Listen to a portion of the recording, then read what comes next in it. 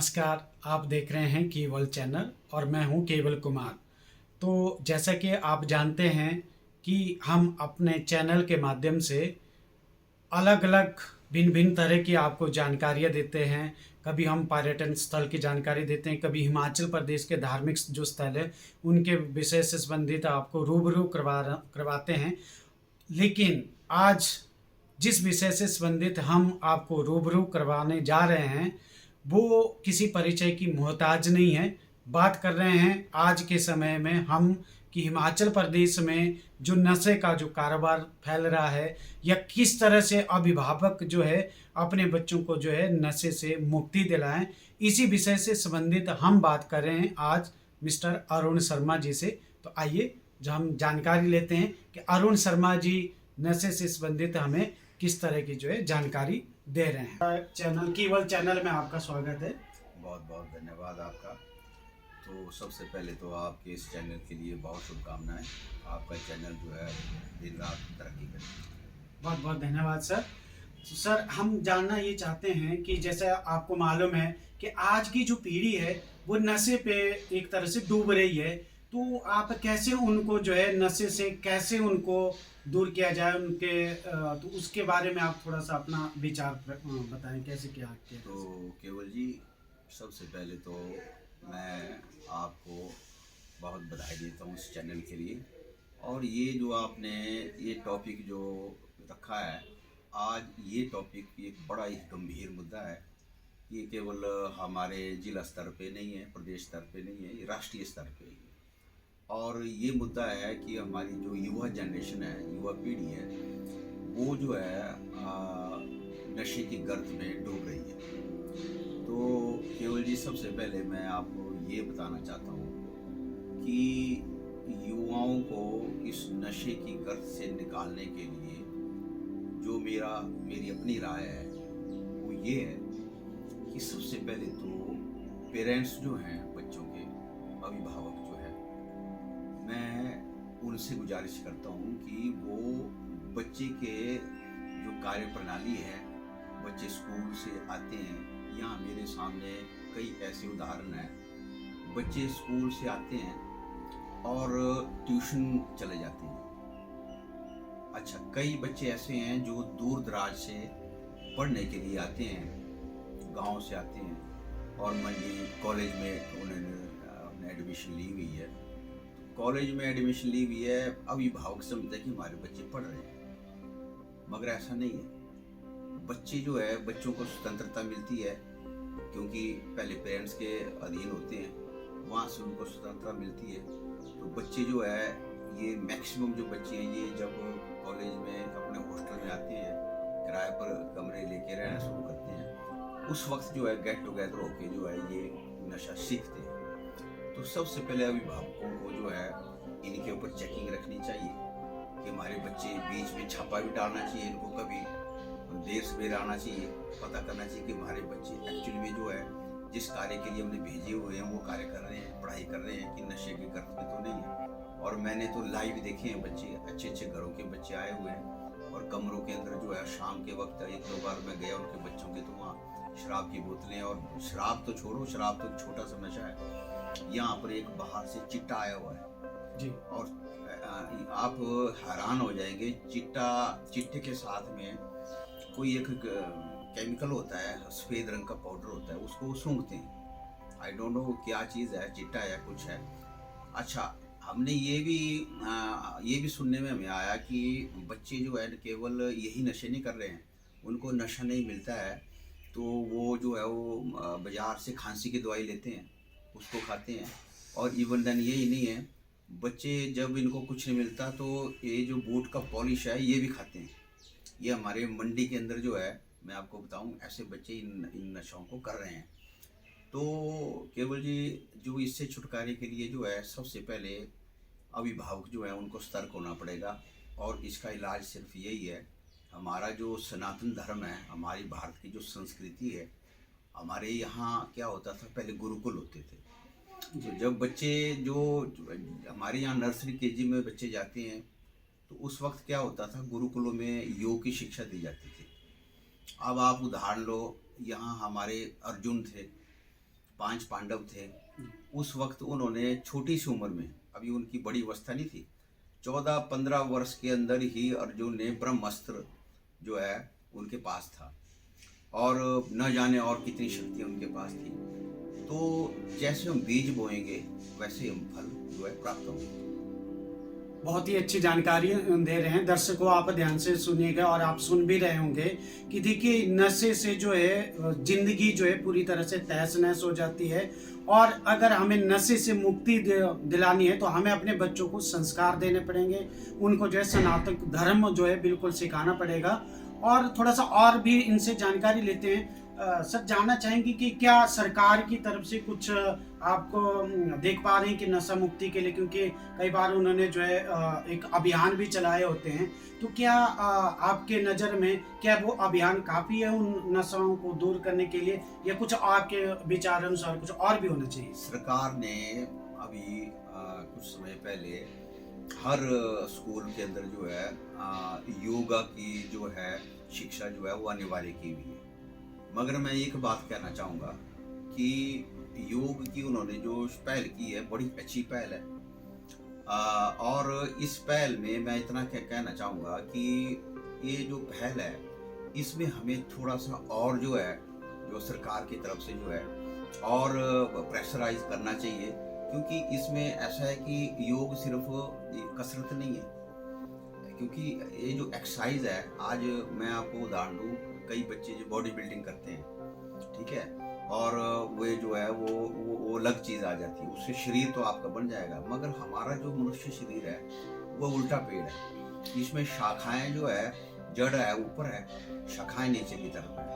तो ये जो कसरतें ये क्या करती है, ये जो शाखाओं को तो पुष्ट करती है, जड़ पुष्ट नहीं होती है, शरीर तो बड़ा हो जाता है।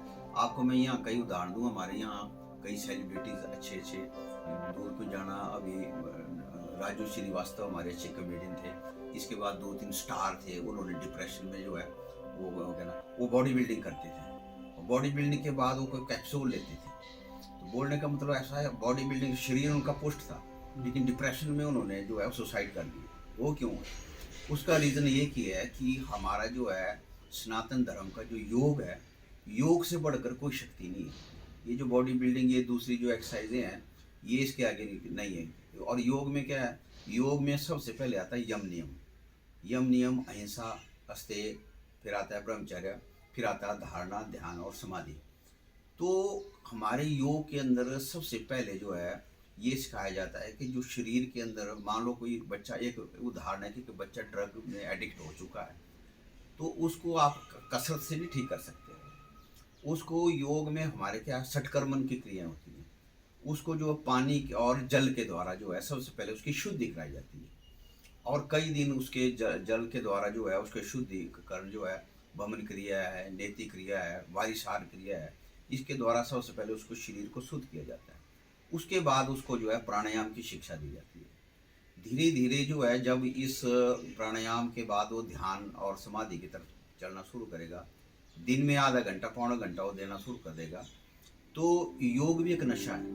तो क्या होगा कि जब इस नशे में आनंद आना लगेगा तो वो दूसरा नशा जो है उसको ऑटोमेटिकली छोड़ देगा। तो आपके कहने का अभिप्राय ये है कि हम जो जिम जो जाते हैं या दूसरी जगह जाते हैं, इससे बेस्ट ये है कि बच्चा योग में अपना पूरा ध्यान लगाए और योग में वो पूरी तरह से विलीन हो जाए। तो क्या योग करने से नशे की मुक्ति के कुछ रास्ते खुल सकते हैं? योग से 101% केवल मात्र योग ही है। मैं आपको उदाहरण दूंगा, ये जो जिम वगैरह जाते हैं, दूसरी कसरतें करते हैं, मैं कईयों को उदाहरण दूंगा, बॉडी उनकी बहुत स्ट्रांग है लेकिन वो नशा करते हैं। आप बाहर जाओ, कोई भारोत्तोलन के हैं, कोई स्वर्ण पदक ला रहे हैं, वहाँ वो ड्रग एडिक्ट में जो है उनको बैन लगा है 20-20 सालों का, तो उनके शरीर तो अच्छे हैं, और क्या नाम है उसका, वो खुद कहते हैं कि शरीर हमारे अच्छे हैं, लेकिन हमारे जो है फैट्स इतने बढ़ गए हैं कि हमारे प्रॉब्लम आ गई है। मोहम्मद अली था वर्ल्ड का सबसे बड़ा क्या नाम जो बॉक्सर था, वो भी क्या नाम जो है जिम जाता था और वो ड्रग एडिक्ट था, बाद में उसको कई प्रॉब्लम शरीर के अंदर आना शुरू हो गई। तो बोलने का मतलब कि जो है ये जिम वगैरह जो बच्चे जो जाते हैं, वो उनको कैप्सूल दिए जाते हैं, वो क्या होता है, वो भी ड्रग ही है। तो योग जो है हमारा ये बिल्कुल प्योर है, कि इसमें जो है किसी प्रकार का ना कोई ड्रग है, और ये जो है खर्चे का काम भी नहीं है। आप जिम जाते हैं, वहाँ भी आपका खर्चा होता है। योग में सिर्फ जो है हमारा 3 चीज़ें हैं। सबसे पहले तो नमक और जल।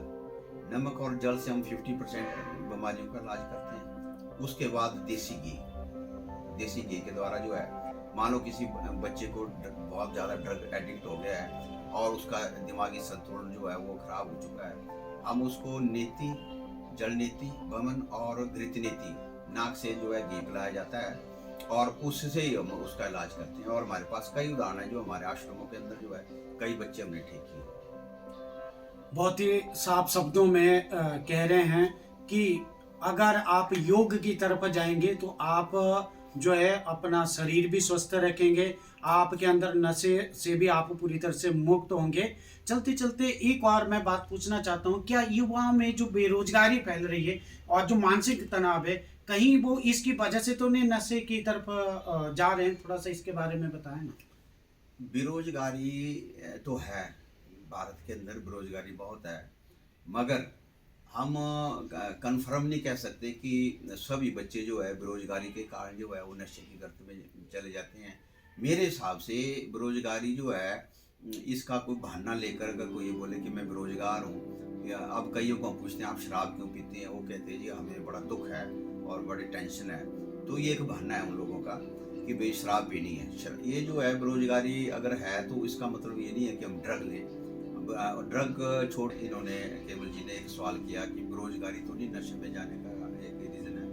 तो इसका मैं आपको एक प्रत्यक्ष उदाहरण मैं खुद हूँ। जब ग्रेजुएशन करने के बाद हम खुद बेरोजगार हो गए, नौकरियाँ थी नहीं, तो हमने सोचा कि क्या किया जाए। तो उस वक्त जो था, एक मीडियोकर फैमिली में, मेरी अच्छी फैमिली है, पिताजी हमारे गजटेड ऑफिसर रिटायर हुए हैं और हमारी पूरी फैमिली गजटेड है। उस वक्त जो था मैंने 96-7 के अंदर जो है ऑटो खरीद के चलाया था। तो काफ़ी ख़ानदान में ऑब्जेक्शन हुई कि वे जी आप हमारे ख़ानदान का नाम मिट्टी में मिला देंगे, आप ये कर रहे हैं वो कर रहे हैं। मगर मेरी सोच ये थी कि काम कभी छोटा बड़ा नहीं होता। आज आप कितने बड़े जो हमारे, चाहे कोई उद्योगपति हैं, चाहे कोई बड़े स्टार हैं, या चाहे कोई बहुत राजनेता हैं, उनका अगर आप जीवन परिचय देखें तो आप ये देखेंगे कि उन्होंने बहुत ही निम्न स्तर से कार्य किया है। दूर क्यों जाना, हमारे माननीय मुख्यमंत्री है हिमाचल प्रदेश के सुक्खू जी, वो भी एक, उनके पिताजी परिचालक थे और उन्होंने अपना कॉलेज की पढ़ाई करने के बाद जो था दिहाड़ी मजदूरी भी उन्होंने की हुई है। आप उनके इंटरव्यू देखिए तो वो खुद बताते हैं। लेकिन उनका अपना जो सोच थी, उनकी सोच ऐसी थी कि मैं कुछ बड़ा करके दिखाऊं। और आज वो हमारे प्रदेश के माननीय मुख्यमंत्री हैं, वो उदाहरण उनके सामने है कि उन्होंने भी अपने, जब बुरा समय था उस वक्त उन्होंने अपना छोटे कार्य। और एक चीज़ और मैं केवल जी कहना चाहूँगा, हमारे भारत के अंदर एक बहुत बड़ी प्रॉब्लम ये है कि हम लोग जो है किसी कार्य को छोटा और बड़ा समझते हैं, जबकि काम छोटा बड़ा नहीं होता है, आदमी की सोच छोटी बड़ी होती है। मेरे एक दोस्त थे, IFS थे, वो 6 महीने की ट्रेनिंग में अमेरिका गए थे। तो जब वो वहाँ से आए तो मैं उनसे पूछा कि आप वहाँ के जीवन शैली के बारे में कुछ बताएं, जो हमारा भारत और अमेरिका के अंदर क्या डिफरेंसेस है। तो उन्होंने शॉर्ट में 2-3 चीज़ें जो बोली वो आज भी मुझे याद है। उन्होंने बोला, शर्मा जी बात ऐसी है कि हमारे देश और अमेरिका के अंदर ये फ़र्क है, वहाँ पर मान लो किसी ने MBBS की हुई है, डिग्री के बाद वो घर बैठा है, तो वहाँ पर किसी को घर में बैठना मतलब बेकार बैठने को बहुत बुरा मानते हैं। आपको चौराहे के ऊपर कहीं भी कोई बंदा ऐसा मिल जाए कि वो दिहाड़ी मजदूरी कर रहा है, तो ज़रूरी नहीं है कि वो अनपढ़ है, वो MBBS भी हो सकता है और डिग्री होल्डर भी हो सकता है। वहाँ पर कार्य को छोटा बड़ा नहीं मानते हैं और 16 साल के बाद वो मेंटली प्रिपेयर्ड होते हैं। पेरेंट्स जो है उनको पहले कह देते हैं कि हमारा कार्य खत्म है, अब आप अपना कार्य जो है खुद करो, अपने पैर पे स्टैंड हो। और मुझे लगता है कि अगर ये चीज़ हमारी हिंदुस्तान के अंदर आ जाए तो हमारे हिंदुस्तान के अंदर जो है ये बेरोजगारी है जड़ से खत्म हो सकती है। बहुत बहुत धन्यवाद सर आपका। आपने हमारे सोसाइटी के लिए एक बहुत ही अच्छा संदेश दिया और मैं तो ये चाहूँगा कि जो भी बातें शर्मा जी ने बताई है उसके ऊपर अगर आप फॉलो करते हैं तो आप अपनी सोसाइटी के लिए बहुत ही एक अच्छा जो है संदेश दे सकते हैं। और दूसरी बात ये कि जितना हो सके अपने बच्चों का जो है पूर्णतः ध्यान रखिए और उनको हर तरह से जो उनकी चेकिंग कीजिए कि क्या कहीं वो नशे के एडिक्ट तो नहीं हो रहे हैं, और इनको अधिक से अधिक संस्कार की तरफ आप जो है उनको संस्कारों की जो शिक्षा दीजिए, उनको संस्कारी बनाइए। आप चाहे एजुकेशन कितनी भी करवा लीजिएगा, लेकिन अगर आपके बच्चों में आप अपने बच्चों को जो है संस्कार नहीं सिखाएंगे तो वो एजुकेशन किसी भी काम की नहीं होगी। तो इन सभी संदेशों के साथ आशा करते हैं कि आपको जो है एक इंस्पिरेशन मिली होगी। आप को हम इसी तरह से रूबरू करवाते जाएंगे कि किस तरह से जो है सोसाइटी, एक अच्छी सोसाइटी का निर्माण हो। तो आप लगातार देखते रहिए केबल चैनल। बहुत बहुत धन्यवाद।